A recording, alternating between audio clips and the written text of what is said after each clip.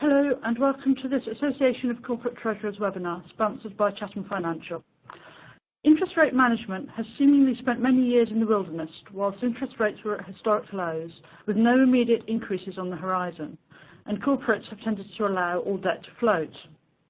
However, the interest rate environment has changed over the last 12 months, and we are delighted to take this opportunity to discuss with a panel of experts not only how the market conditions are changing, but also what strategies you might adopt to respond to the move to a rising interest rate environment.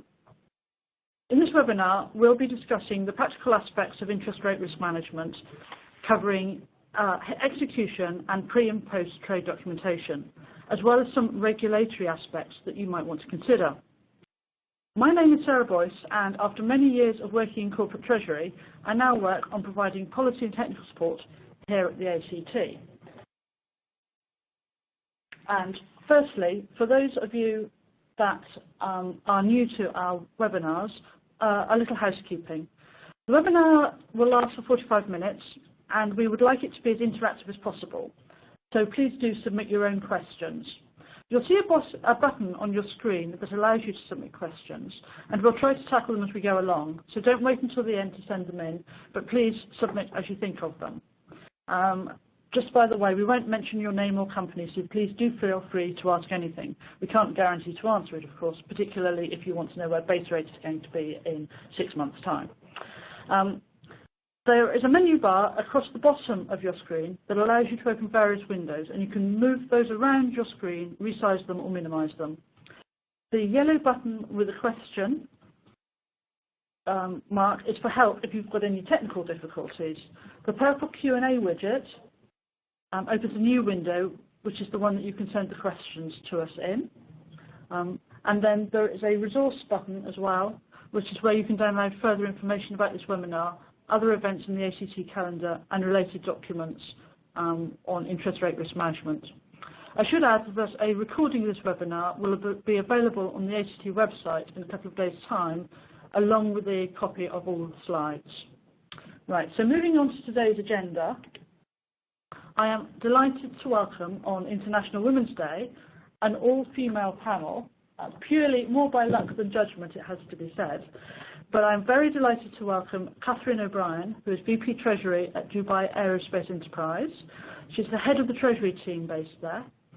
Svenja Schumacher is Manager of Risk Management Advisory at Chatham Financial and is a member of their corporate advisory team here in London. And finally, Carolina Windies, who is Director of Global Regulatory Solutions in Europe for Chatham Financial, and she heads their Global Regulatory Solutions team. So, as I say, we have a triple-handed presentation from Svenja, Carolina, and Catherine. And so, without further ado, let me hand over to Svenja to kick off. Thank you very much, Sarah, for the introduction. So many of you might not be familiar in terms of what Chatham Financial does. Therefore, I'd like to give you a bit of background information on what we're working on a daily basis. So for over 25 years, we've approached the debt and derivatives market as the expert in providing financial risk management solutions. We serve roughly 2,000 clients annually across a wide variety of sectors and industries. And we work with private equity and real estate funds, financial institutions, and especially in the corporate sector, we work with some of the global companies, but we also partner with smaller corporations, both on the public and private side. On the bottom-hand corner of the slide, you can see some of the statistics from past year. So last year, we structured and executed derivatives worth over $500 billion every year, and our system produces 30 million valuations. And on top of that, our system also provides 620,000 journal entries for hedge accounting every year. When we look a bit closer in terms of what we are doing in the corporate sector, we partner with organizations and advise them on how to best manage their financial risks. We would normally support them in terms of assessing the exposures, help them quantifying the risk, both like cash flow at risk and value at risk, and we help them defining hedging programs which are in line with their objectives. In many cases, as I mentioned on the previous slide, we also end up executing derivative transactions on behalf of our clients. Since we are in the market on a daily basis, this allows us to have a very good insight to negotiate fair terms with the bank. We sometimes like to refer to this as a wholesale versus retail approach, which allows us to negotiate better conditions as opposed to a corporate who might only execute an interest rate derivative across every refinancing up every couple of years. In order to support the execution process, we offer pre- and post-trade advisory services, both for legal and regulatory topics, where we help our clients navigating the complexities for EMIR and ISDA negotiations. And finally, we also have our valuation and hedge accounting services that are provided by our system, Chatham Direct, and this is supported by our in-house hedge accounting experts.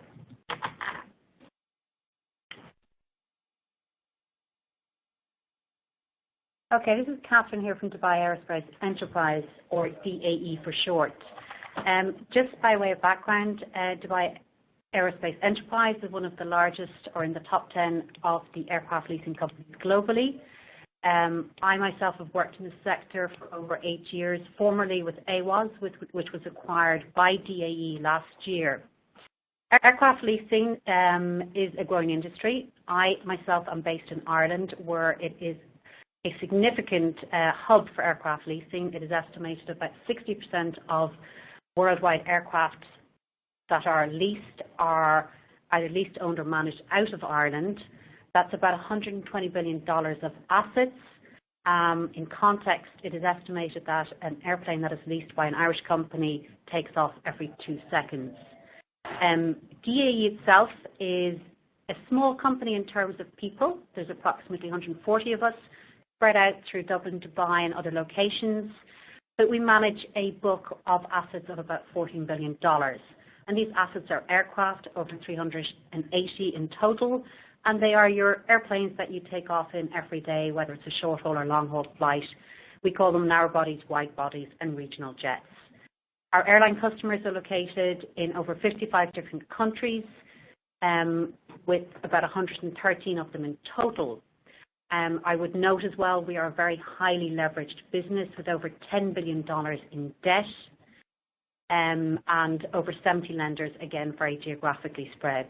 From our perspective, with that level of debt and being so highly leveraged, interest rate risk management is one of the key items that keeps us busy in our corporate treasury function. Before we jump straight into the topic, we would like to have a small poll in terms of what you think and what interest markets will be doing in the UK this year. So the question I would like you to answer is, I think you can click the little voting buttons here, is how many interest rate hikes do you think we will see for GBP in the rest of 2018? Do you think there will be either 0 or rate cuts? Then click number A. Do you think there will be 1 rate hike? It would be B. 2 rate hikes would be C. D would be 3 rate hikes, or do you think there will be even 4 or more rate hikes? This would be option number E. Okay, thanks for that, Svenja. I think it'll be really interesting to see the results of this, and hopefully the technology will work for us. Because I think that a lot of people that are now working in Treasury have never really been exposed to rising interest rate environment, and also that many corporates have really fallen out of the habit of managing their interest rate risk. Particularly, it's going to be relevant for those organisations that are perhaps more cash constrained. As Catherine mentioned, if you're very highly leveraged, interest rate risk management suddenly becomes very important as interest rates go up. And the other thing that I observe is that things like covenants can very rapidly be impacted if you don't have your interest rate risks managed. So let's see what the audience thinks. So we can see a bit less than 10% expects there will be no rate hike or even a rate cut. Option B, which is by far, by quite a bit the most popular one, is roughly 50%, thinks there will be 1 rate hike. 2 rate hikes are about 37%, and a small minority thinks there will be 3, 4, or even more than that. So unfortunately, I can't tell you what the solution is. If I were able to, I would probably not sit here at lunchtime in the ACT's office, but rather in my little hut on the Caribbean. but I can tell you in terms of what expectations are currently priced in the market. So just checking Bloomberg this morning, we could see that there is potentially an interest rate hike expected in May, and there's also the possibility for another one later this year, potentially in November. So I think the majority of the voters in this poll already clicked one or two, and this is also in line with market expectations. So let's have a look in terms of how interest rates have developed in the past few years. What you can see on this slide here is what we would internally refer to as the Harry chart due to lack of a better name. So if you do have any suggestions, feel free to reach out to us. The blue line you can see at the top and the bottom is the historical value of the forward curve. So, the historical fixing. On the top we have the fixing of the 3-month GBP LIBOR, and at the bottom the historical fixing of the 3-month EURIBOR. And the orange bit at the end represents the current forward curve. And the little gray hair you can see on both charts represent the various forward curves at the various past moments in time.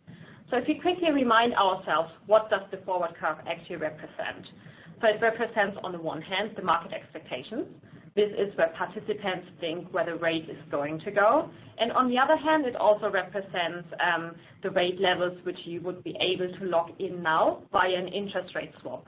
So a swap contract being a derivative that gives you the possibility to lock this rate and not being opposed to any other rate movements. So what does this chart tell us? It shows us the absolute level. So if you compare it in the historic context, we can see that both in GBP and in Euro, we are currently at historic lows, with EURIBOR still being negative until mid to end of 2019. But more importantly, it actually shows us that we have seen that since 2009, forward curve actually has always indicated future higher rates than what has actually been crystallized by the market. As a result, if you entered into an interest rate derivative during these years, you locked in a higher rate than what you would have received if you had stayed floating. And this also means with these interest rate derivatives, your swap will now potentially have a very negative mark to market and will be a huge liability to you. So some of the comments we do here when we talk to treasurers and CFOs is, why would we actually hedge if on average and statistically it means we have to end up paying more than if we stayed floating, which again leads us to another quite interesting finding of the chart. So if, for instance, we look at the market environment before 2009 and also to a certain extent to the environment where we are at the moment, is whenever we were in a rising rate environment, the forward curve effectively has under-predicted the actual rate movement of the index. And whenever we were in a market environment where there were falling interest rates, so post-2009, the actual forward curve has always over-predicted where the market ended up going. What we are left with is a bit of a philosophical question on the purpose of risk management. Is it about foreseeing what the market is going to do and take a position on that? Or is the pure task from a treasurer to remove the risk and just lock in the current level without any thinking about what rates are going to do? All about certainty. Yeah, exactly. So we can't answer this question for you, but what we can say is in terms of what we are seeing in the market and the conversations we do have with treasurers and CFOs. So one point we noticed over the past couple of months that there has been an increased focus on interest rate risk management, whereas probably in the past year or two other topics like, for instance, the UK's vote to leave the European Union and topics like FX risk management might have taken priority over interest rate management. Secondly, one thing we notice what still causes headaches to treasurers are floors in financing. So not only do floors make the actual debt more expensive, it also makes it a little bit trickier to hedge this, and we will get to this point a bit later in the presentation as well. And thirdly, one point we noticed that our clients are doing is an increased level of forward hedging, which is mainly in relation to expectations that rates are increasing at a quicker pace than it's currently indicated, and which helps treasurers to remove the volatility of, for instance, future bond emissions. So if we now look at different points, what we would normally find, which are documented in a policy document. And some of those we've already touched upon in previous sessions with the ACT, for instance, when it comes up to objectives and purpose of hedging or the capturing and the quantifying of risk. In this session, we would like to focus a bit on the what and the how when it comes to hedging interest rates. And Carolina will also give us later on a little bit further insights in terms of what to keep in mind on the regulatory and documentation side of things. But first of all, we would like to hear from Catherine on how she answers the what and the how for Dubai Aerospace. Thank you, Sonia. Yes, I think for every treasurer, you can get into a lot of philosophical pondering about what you want to hedge and how you want to hedge it. Ultimately, you will have some policy view on this, and you will know that the board and your executive leadership team will also have views.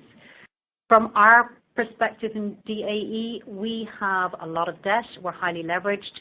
We source our financing from quite a broad range of sources. We tap the capital markets through bond or private placements, term loans. We have a lot of bilateral and club loans and revolving credit facilities. So our financing comes from different sources. It covers a broad range of tenors. And we are dealing with a lot of very different lenders who might have very different motivations in mind in terms of whether they are secured or unsecured on the debt they extend to us and their knowledge of the underlying asset base and the airlines that they are ultimately financing.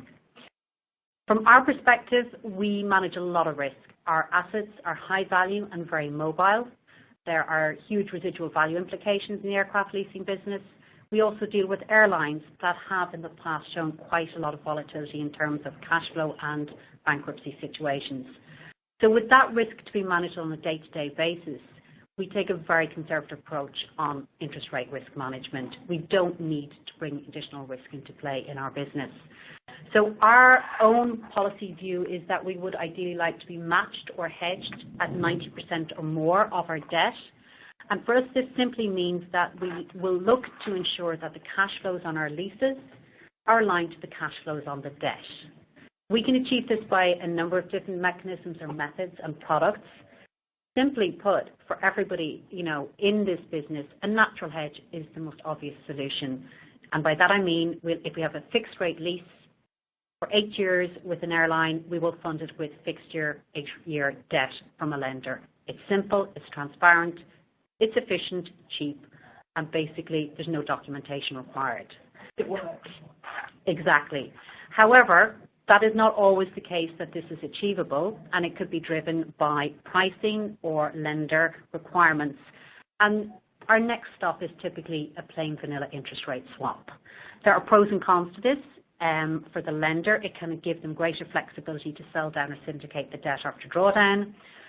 From our perspective, it can also provide more efficient pricing, not just on the way in, perhaps on the way out if we were to prepay or terminate that debt early. Some of our lenders struggle to source fixed rate dollar funding. They also may not be able to provide breakage gains and only offer breakage losses, which is not acceptable to us on a fixed rate debt. So going the interest rate swap route can be a better solution overall. We have also used interest rate caps in some of our larger ticket transactions. These probably require a bit more thought process. You do need to gauge if your board has appetite for the expenditure on an upfront premium for a cap, but they can be very, very useful, particularly in environments where you have falling interest rates, because to some extent you can buy an out-of-the-money cap at an acceptable strike level, which will provide you with protection from the downside and avail of possible upside going forward. But this is something you need to look at on a case-by-case basis. And then finally, we would, in some of our transactions, see timing exposures arise. These can be quite significant. Depending on the uncertainty level in terms of timing and the point at which we contractually commit to these transactions, we have also used interest rate swaptions and forward-starting cancelable interest rate swaps to manage and mitigate that risk. One very key point when using those instruments is that we do make sure that any costs or pricing associated with those is factored into our transaction economics, so that our board has very clear transparency as to what we are spending what we are mitigating against, and ultimately what the outcome or IRR of that transaction will be. Great. Thanks, Catherine. So Catherine has already touched upon some of the financing considerations, which might not be directly related to the execution process, which is to follow, but linking those two can bring certain benefits. So whenever we work with companies, we would prefer to get involved into the refinancing discussions as early as possible. From our experience, law firms, which tend to use quite a bit when it comes to like refinancing, etc., they are great when it comes to having legal implications, so figuring out what legal implication, what might be one clause over the other, what is the effect from that. But sometimes they might not have the insight and the ability to quantify the impacts of having certain commercial terms over other terms. So one point we tend to come across quite frequently with this regard is the choosing of the interest rate period. So with that I mean if you, for instance, choose to pay interest 6 monthly or 3 monthly or even on a monthly basis, whilst at the first glance this might be simply a preference of paying interest more frequently but less frequently, companies which restrict themselves at the refinancing stage, for instance, only allow themselves to pay interest on a semi-annual basis, might end up paying a higher rate, both on the debt and then also if they decided to lock it in via an interest rate derivative. So at the top of the chart, we can see how currently the forward curve looks like for 1 month, 3 month, and 6 month GBP LIBOR, and we can see that those are priced at different levels. So normally, in a perfect world, when you think about it, everything which should be priced off the same curve, there should not be any possibility for arbitrage. So what that means is if you were able to borrow money for 3 months and then for another 3 months and lending for 6 months, this shouldn't give you any opportunity to make money. But especially since the financial crisis, the market perception of risk and in general the awareness of default has increased quite significantly. So to a bank or also a corporate, it does make a difference whether you get your interest already after 3 months and then after another 3 months, or already you agree on 6 months at the outset. So this is where the basis comes into play. So the basis is visible on the bottom chart, where we can see the basis differential for a 5-year swap. And we can see, for instance, if we look at the top line, the dark blue, which is the 6 month versus the 1 month GBP LIBOR index, we can see that during the financial crisis, the basis has peaked at 60 basis points, which means if you lock in an interest rate swap at 6 months as opposed to 1 month, it was 60 basis points more expensive per annum. So today's basis, as you can see, has come down quite significantly, but we are still at roughly 11 basis points. So when you have a 5-year swap with 100 million notional, for instance, the basis point value is approximately £50,000. So you can see that it can represent quite a big saving if you did opt for a 1 month index if your cash allows it. Another point we tend to see quite frequently are loan flaws in loan documents. What I mean by that is whenever a lender puts into like a minimum interest rate for the currencies we see in Europe quite frequently are like euro, dollar, and GBP, this is often around the mark of 0 to 1%, which basically guarantees the bank a minimum rate level at this level in case the index drops below this threshold. So the first thing you note is that basically whenever you sign a loan document with this, you've basically sold an option to the lender. And this option has a certain value. So we know that in many cases corporates won't be able to negotiate this out of the loan document, but quantifying this value we still think is quite beneficial since knowledge is power and this might allow you to get some concessions elsewhere. So if you, as a corporate, decided to hedge this, it makes things a little bit trickier. So first of all, if you decided to buy back this floor, this makes the instrument a lot more expensive. But if you decided not to buy back this floor and kind of have the cheaper price, your hedge between the debt and your instrument is not perfect anymore. Since with a, for instance, 1% floor, whatever happens, and if the index is below 1%, you will still be paying 1% on your debt.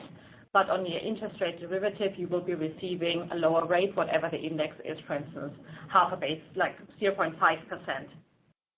So this would be an imperfect match. So the alternative potentially is to buy back this floor, which makes everything a lot more expensive.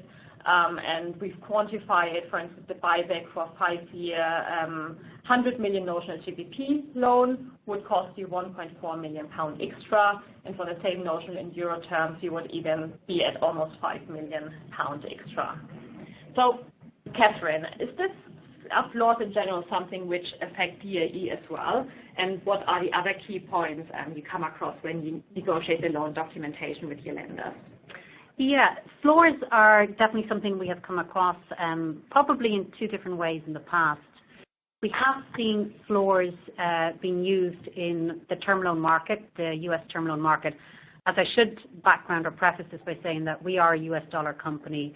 All of our exposures, all of our revenues, cash flows are dollar denominated. So it keeps it pretty simple from our perspective. But on the term loan market, we have seen floors being used as a marketing tool effectively. They are used for syndication purposes, so it gives the lenders a guaranteed return. From a treasury perspective, they are problematic because it's a variable rate piece of debt that you're trying to hedge out, but it's an imperfect hedge, as Svenja outlined, unless you are prepared to buy back that floor. And the cost of buying back that floor can be very, very expensive. So we have in the past used caps to mitigate the interest rate risk at a sort of out-of-the-money price, which gave some level of downside protection to the company with those term loans. But on hindsight, it was actually the smart way to hedge that exposure out. Because one thing we hadn't really factored in or thought of was that the term loan market is quite dynamic, and in the lifetime of some of our term loans, they have repriced once or twice within a very short period. And the repricing impacted not just on the margin, but also on the floor. So if we'd actually bought back the floor day one, we would have spent a lot of dollars up front that we would then have never seen the benefit back thereof. So whilst it was never a perfect hedge with the cap, it did give us more flexibility in that regard. We've also seen floors being introduced on our bilateral loans, and it's becoming more and more common. Even though dollars are in a slightly different interest rate environment to sterling or euro, floors are there. We typically try and push back and say, look, if you want to introduce a floor on a variable rate loan and we're swapping that back to fixed with an interest rate swap, give us symmetrical treatment on the swap so that we ensure that when we pay floating interest on the loan, we receive the exact same number on the swap. Because apart from anything else, I'm guessing it'll give you an accounting issue, hedge accounting issue. Absolutely, it would generate a hedge accounting issue, and commercially you are worse off. Yeah. That has, to some extent, got traction, but not always with all our lenders for different reasons. A second approach we've taken, which has actually been successful in a handful of cases, and maybe it just points to just a philosophical point for banks that they never want to be paying you money on a loan. The lenders have agreed to making the floor on the loan be basically at the loan margin. Where a loan margin is 1.8%, it has to go negative 1.8% or below. And the cost of that embedded option is de minimis versus the cost of a floor at 0%. And that has actually worked for some of the banks. So I would encourage people to get creative, get thinking about how you can reduce this cost or take this pain away from you as a corporate treasurer. A couple of other quick key points to note with regard to negotiation and documentation is agree your credit or swap spreads, execution spreads up front if at all possible. We find sometimes our lender and swap provider, whilst nominally is the same bank, you're dealing with different departments, with different P&Ls, and what can seem like a good deal to them is not a good deal to you. Internally ourselves, we often have a lot of tension with our corporate finance team who source and negotiate a lot of the debt up front, because their goal is to get the lowest loan margin. Our goal is to hopefully get a lower swap or credit margin, because we're aware that if you were to terminate or prepay the debt, the higher the upfront swap spread, the more cost you've eaten that you can't ever get back. Whereas if you reallocate some of that cost into the loan margin, once you repay the debt, that's it, it's gone, you haven't taken the cost over the full life. And then finally, I would just touch on market disruption language. It is tending to become quite broad. I think you need to look at it carefully, because LIBOR may be a function of not being representative of bank's cost of funding due to a market-wide event, or it could be a function of a lender-specific event, i.e. a credit rating downgrade. I think it's acceptable that if the market is in turmoil and there's disruption, that you as a borrower are going to have to accept some pass-on of costs. But if it's lender-specific, you're within your rights to push back and say, no, you don't accept that. And just also, if you have lawyers working on your documentation, it may be a different lawyer on the swap versus the loan. Just make sure that language around things like market disruption is matched on both, because the default is the language may not align to what's in your loan. Thank you. That's really helpful. Thanks, Catherine. So now we already touched upon a bit in terms of which instruments we can use for the hedging, and we might have also taken a decision whether we buy back that floor or not. So let's think about now how do we actually go on about doing this execution of the derivative. So having worked with many different banks and also on behalf of many different clients, we can say that we can see quite a variety for the credit execution charges. Different banks would charge for one and exactly the same client. And also the mid-rate can vary quite significantly. And we tend to see this especially when the bank counterparty knows that a corporate might not have the system or the skill set to verify what the mid-rate is at the point of execution. So we are true believers that transparency is a good thing and will also help in terms of having good long-standing relationships with your bank. So I think if a corporate sees that they got screwed over once, this will most likely affect the long-term banking relationship. Corporates have very long memories. Yeah. So we do see the benefit of kind of managing this transparency. With many bank counterparties at hand, we do appreciate that sometimes it's a little bit difficult in terms of managing a good relationship and making every bank happy to give them business, but still achieving pricing efficiency. So one method we can see work quite well from our side is like a competitive auction. At Chatham, we managed to kind of organize it in such a way that different advisors are in line with on a telephone line with different banks at the same time. But we could also see that this is happening or also working in a treasury department, which consists of ideally more than one person. So the auction can be structured in a different way. One possibility, which might be a little bit more cutthroat than others, is the winner takes it all. So you have the full notional, give it for auction, the lowest rate gets the full chunk. An alternative to that would, for instance, be if all banks only bid on a smaller portion, for instance, 40% of the total notional, the winner gets this chunk right away, and then you offer a right to match to the second bank counterparty. If they can match, they get the second chunk. If not, then the third bank gets asked, and so on. So there could be 1,000,001 variations to structure this auction, but in general, we tend to see that very good results can be achieved in terms of pricing. One point probably to note, an auction does not work for all scenarios. So for instance, if you're having a less liquid index or less liquid currency, it might not be the best idea if like 5 or 7 banks are bidding on a high notional at the same time. So there might be, so choosing auction versus direct negotiation might become a bit more of an art than a science, but I think it certainly works to have a look at this. So, but now we'd like to hear from Catherine what her best practices are and considerations she always has to think about when it comes to interest rate execution. Yeah, I think for interest rate execution, it depends on what we're hedging. For the bigger ticket, maybe capital market transactions, we would often look at the banks on the left lead side, also look at the relationship with their banks, because from our perspective, we need our banks to be there for us. We want them to extend balance sheet. And we know and we hear back from them that when they go to credit committee, it's good to see that the size of the wallet or the range of product offering that we're availing of with that bank is more than just direct lending. So, you know, it's something of it's a thought process. It's maybe a little bit of back and forth. But an auction with the banks that are involved in arranging a big ticket transaction is often beneficial and perceived well by them. You also get good tension if you have an auction because you get competitive pricing between the banks, and you can allocate it against different banks proportionately or as you see fit. On a direct bilateral loan with the lender, the auction won't work. You have to just negotiate the pricing, get transparency and agreement on the bid or starting point from which you price up front. Just finally to note, we're a very small treasury team. We've got 3 people. We don't have the luxury of a front office, middle office, back office. We have found in certain instances where there are more than one banks quoting that we can get a better price and a better service if we use a company such as Chatham, who can assist us with the pricing, have systems and technology we don't have access to, that it gets a clear and good price for the company on the fixing. So Chatham cover is, so it's actually economically worth your while spending money with people like Chatham to get a better price. Yes, we've had some scenarios where you might have 3 banks from a transaction and there could be spread differences of 20 basis points starting off, which is huge.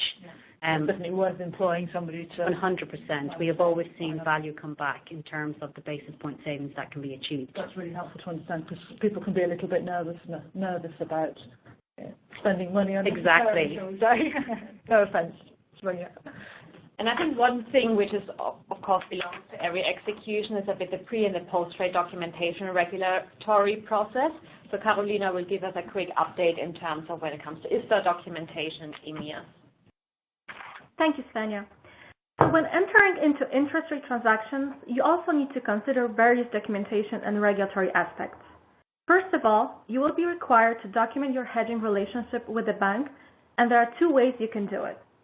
One way is to enter into a full ISDA agreement consisting of a master agreement and an ISDA schedule, with master agreement being the non-negotiable part of an ISDA framework and the ISDA schedule being the negotiable one.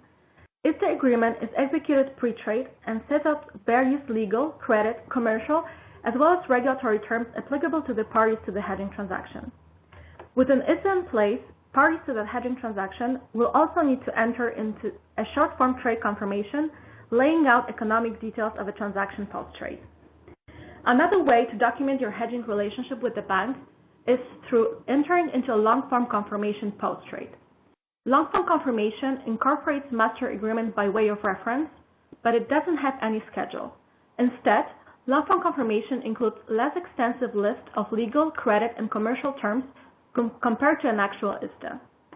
The choice between these 2 methods will depend on the bank counterparty you're facing, but also on the hedging product, as banks are generally more willing to agree to document hedging relationship via long-form confirmation for less credit-sensitive products, such as CAP with the premium paid up front. We're now going to talk about most heavily negotiated ISDA provisions, which include events leading to a termination of the hedging transactions, which you can see listed on this slide.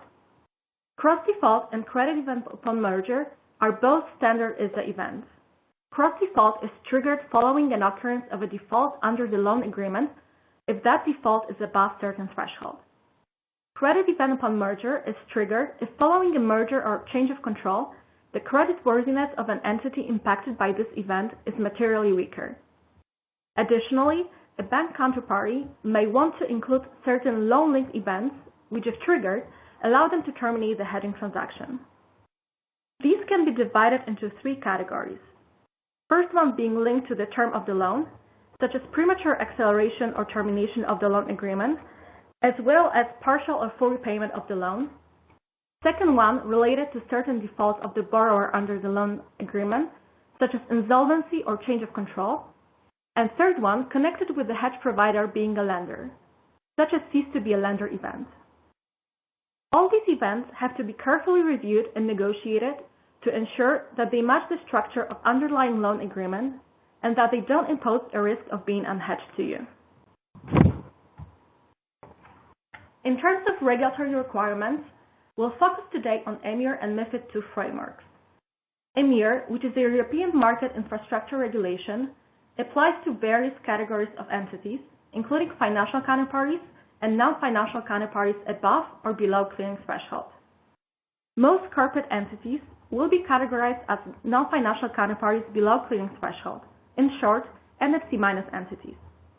This category of entities is exempted from many EMIR compliance obligations, such as margin or clearing. However, there are certain regulatory obligations which directly apply to these entities. One of them is timely confirmation requirement, which provides that derivative contracts must be confirmed by counterparties within the second business day following a trade day. Another one is reporting, which requires each party to a trade to report more than 60 data fields, including transactional and counterparty data, to an authorized trade repository within a strict T+1 deadline. Reporting can be accomplished by reporting to a trade repository directly, delegating to a counterparty, or delegating to a third party. The last requirement is portfolio reconciliation, which provides that the counterparties have to compare key trade terms against their own records and either agree on these terms or resolve any discrepancies. Portfolio reconciliation has to be performed on a regular basis, and frequency of this process depends on the number of trades an entity has with a single bank counterparty. If that number is higher than 100, then portfolio of trades will have to be reconciled on a quarterly basis. If less than 100, then counterparties will be required to perform reconciliation once a year. The scope of EMIR obligations applicable to NFC- entities may change soon, as EMIR is currently being reviewed and European Union regulators are considering changing the regulatory framework for these entities. The proposed changes include one-sided reporting regime, whereby a financial counterparty is the only reporting party, and an exemption of intra-group transactions as long as one of the counterparties is an NFC- entity. Moving now on to MiFID II and its impact on trading. MiFID II is a Market and Financial Investment Directive which went into effect on January 3rd this year. This directive builds on existing MiFID directive and is directly applicable to MiFID investment firms. Treasury units are exempted from its scope. Despite not being directly subject to MiFID II, corporate entities will have increased indirect compliance obligations to satisfy banks' MiFID II direct compliance obligations. These include requirements imposed on the banks to obtain specific consents from clients, such as authorization to execute orders OTC, to make more disclosures to their clients, such as information about costs and charges or best execution policy, to update terms of business to include topics such as handling of client money and provision of investment advice, and to categorize clients according to MiFID II client categorization framework, which establishes 4 general client classifications: eligible counterparties, professional clients, opt-out professionals, and retail clients. Our experience is that corporate entities satisfy qualitative and quantitative requirements to be categorized as professional or opt-out professional clients. Last but not least, MiFID II requires entities trading with European banks to obtain and maintain a legal entity identifier, an LEI, as failure to satisfy this requirement may result in banks refusing to trade with you. Okay, thanks a lot, Carolina. I would have a final closing question for Catherine. So how, as a treasurer, do you cope with all this regulatory madness? Yeah, I think this has been one of the most trying aspects of my role as a treasurer in recent years. I mean, I understand the underlying rationale is, fundamentally to protect the corporates and the non-professional clients, but the administrative and learning curve burden is quite significant, particularly with a small team. I'm sure everybody out there as a corporate treasurer has been hit with substantial documentation packs coming from their banks, covering everything from EMIR to Dodd-Frank to PSD2 to MiFID II, and it's all in theory to our benefit. But when you're a small team and you're faced with this and a lot of uncertainty around timing and implications, how do you deal with it? I certainly came to the realization that we didn't have the bandwidth to do this alone, because whilst in theory we would like to delegate our responsibilities to our banks, we have a number of banks that are based in Asia and had never heard of EMIR, let alone knew what an LEI code or UTI was. So we reached out to Chatham and engaged their services to assist with this. We knew they were in the business of advising as well, and they now help us meet all of our EMIR and Dodd-Frank regulatory requirements. And this has been the most practical solution for us and probably the most cost-efficient and time-efficient solution. And in fact, we further leveraged those capabilities because we've also designed, with their help, a quarterly compliance report that shows all of our regulatory compliance to these requirements for our derivatives. And that is something that has kept our internal audit department very happy. Another tick the box, but an important tick the box nonetheless. Absolutely, and I know anecdotally that some corporates have told me that they have effectively one person working full-time on compliance stroke KYC requirements. And that wasn't a particularly large corporate that told me that. I think it's just an indication of the direction of travel. Ladies, thank you very much indeed for everything this afternoon. It's been very, very interesting listening to you talk. I'm going to wrap up now because I'm aware that we are to time. So I'd like to thank you all for what you've said. I'd like to thank Chatham Financial for their support. Thank you all for listening and for having joined today's session. I'm sorry if we didn't get to your question, but as you can see, we covered quite a lot of ground. A number of the questions that have come in will be responded to directly by our panelists, and others we will be covering in future sessions. Particularly, a number of questions have been raised around the future of LIBOR benchmark and the move to risk-free rates and what that might mean for interest rate risk management. That is a topic all of its own that we couldn't possibly hope to cover adequately in the time left to us today. So please watch this space. There will be a lot more coming on that, including at our annual conference. Talking of events that are coming up, you'll find details on our website. The next most immediate event is our cash management conference, which is next week in London. Please have a look at the agenda for that and register if you haven't already done so. It's invariably a very interesting couple of days. So thank you very much indeed for listening.